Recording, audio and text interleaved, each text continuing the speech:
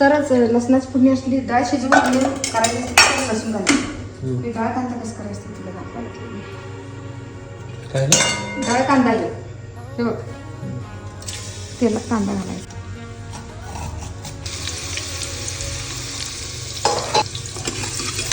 कांदा जरा ब्राऊन कलरचा झाला लाल कलरला हळद टाकायची टमाटर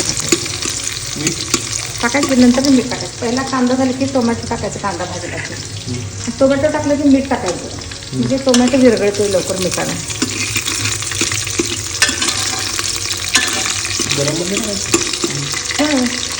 टमाटर सगळं टाकायचं.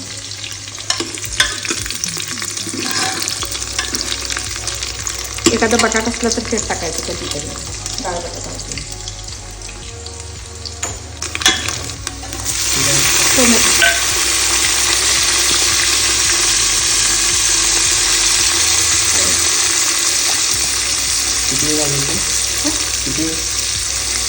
टोमॅटो जरा विरघळला नाही मीठ घालायचं. टोमॅटो टाकलं की मीठ टाकून घ्यायचं म्हणजे टोमॅटो विरघळते लवकर भाजते.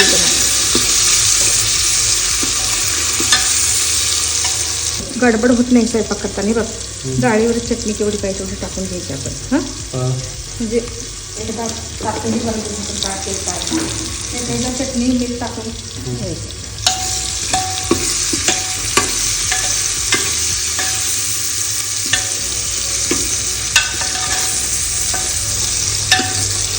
झालं झालंच छान. तुला केवढं कालवून पाहिजे तेवढं पाणी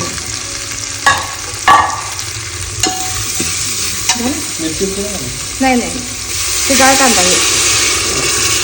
एक ग्लास पाणी आणि ग्लास पाणी शिजून आटते पाणी.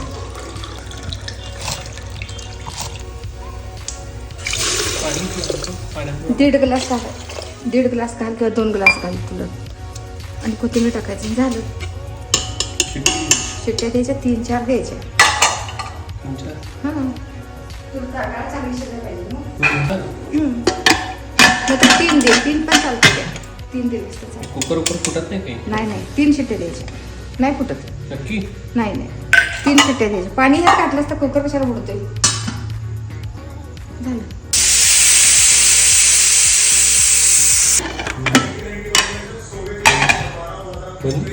बनली ओके. आता ही अशी डाळ झाली की नाही आणि 2 शिट्ट्या दिलास का नाही गिर द्यायची. हे कुकर आमचा उंच आहे